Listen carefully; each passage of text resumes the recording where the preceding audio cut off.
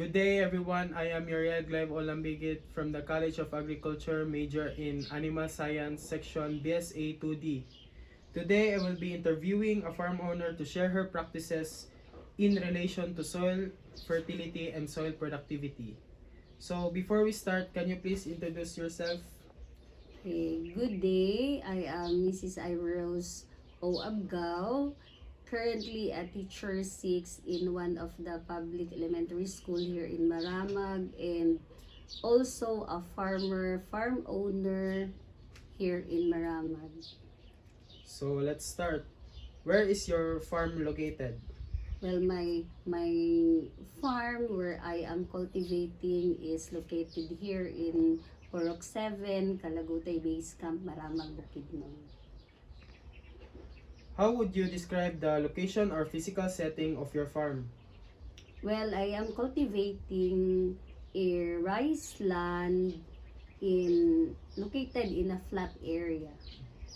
How would you describe the drainage condition of your farm? Um, Luckily, here in Maramag, most of the rice fields here are already irrigated. So, dili na kayo may maglisod when it comes to water.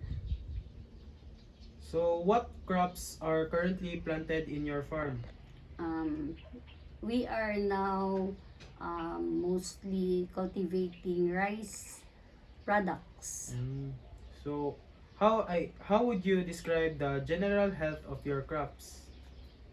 Well, probably so far so good when it comes to production, but there will be times na depende siguro kanan there will be times na vulnerable ang mga crops sa kanang mga sakit. That is the reason why as farmers we always see to it na ang amo ang pag-respond sa mga problems when it comes to sa farming is dali ra namo siya maagapan. So last question, Ma'am Ivy. What farming practices do you commonly use that affect the condition or health of your soil? So please indicate the advantages and disadvantages.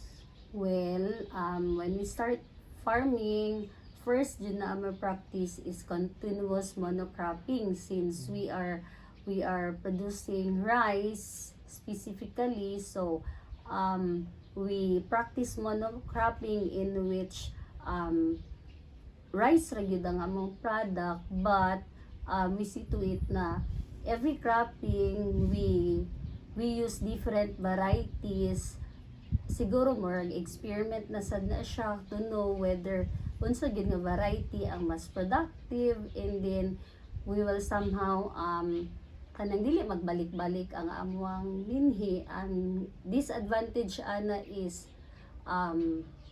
there would be cases man good nga ang kana siya nga variety is prone siya or vulnerable siya sa mga sakit. So isa din na siya ka advantage, and especially kung naay mga peste, lisod kaayo siya ko anon, example kaning mga stem borer, lisod kaayo. So kung dili na maagapan, we resort into replanting.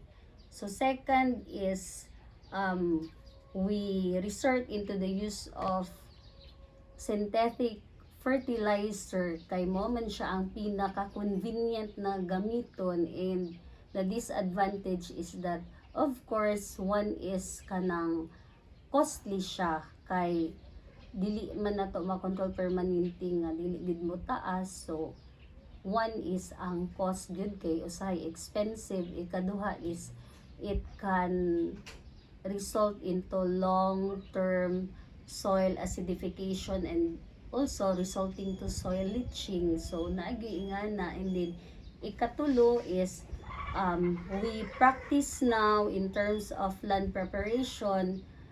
We practice now the use of tractor-based machinery kay mas convenient siya, and then mas practical siya. The disadvantage is that kanang sometimes labi na karon nga taas kaayo ang kuan sa krudo. So dili gyud malikayan nga mutaas pud ang iyahang cost sa pagpabao. And then when it comes to harvest season karon, we already apply the use of harvester kay mas convenient siya, and then less ang time nga magamit, like compared sa katong typical nga paggarab nga daghan kay factors nga makaapekto. Probably last siguro pod is ang kaning mugamit nami og mga synthetic herbicides, insecticides, like the usual thing nga mag manual weeding kay mas dali man siya. And then mo pod lagi ang disadvantage is that there are products nga dili siya effective, so mag-experiment ni asa gyud ang mas effective. The more effective ones are usually katug yung mga mahal. So more siguro na siya ang kasagaran nga amo na practice. So, thank you for that answer, Ma'am Ivy, and that's all. Thank you. Thank you.